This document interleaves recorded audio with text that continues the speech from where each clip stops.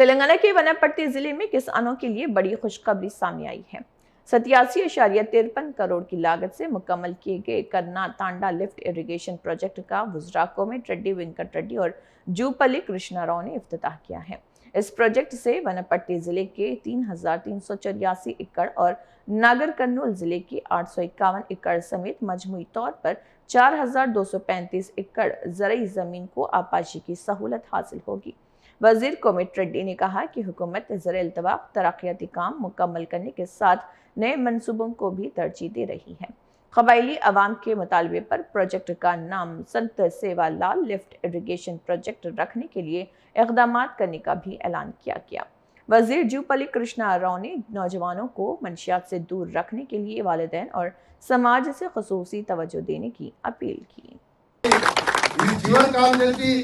దాని పక్కకే 900 కోట్ల ఐకాన్ బిడ్తో పాటు అప్రోచ్ రోడ్లకు కూడా 500 కోట్లు పెట్టి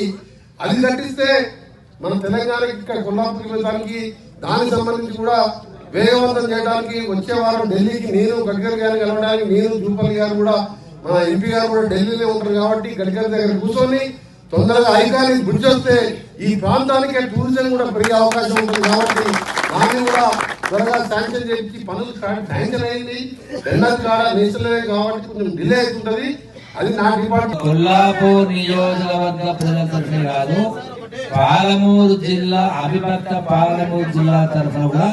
ప్రత్యేక ధన్యవాదాలు తెలియజేస్తా ఉన్నాం గౌరవ కోమటి వెంకయ్య ఎందుకంటే 2,700 కోట్ల రూపాయలు అవిభక్త ఉమ్మడి పాలమూరు జిల్లాకు ఇచ్చినందుకు వారికి జిల్లా ప్రజల తరఫున కూడా నేను అభినందన తెలియజేస్తా ఉన్నా. అంటే గౌరవ ముఖ్యమంత్రి కూడా అంటే సాగునీటికి సంబంధించి అడుగుతా ఉన్నారు తప్పకుండా మీకు అందరూ తెలుసు మొన్ననే రావడం జరిగింది దానికి మిషన్లు పెట్టి ఏర్పాటు చేయడం జరిగింది. ఈ ఒక్క పంటకు మాత్రమే కొంత ఇబ్బందులు ఇచ్చే పండిస్తాం తర్వాత నెక్స్ట్ ఇబ్బంది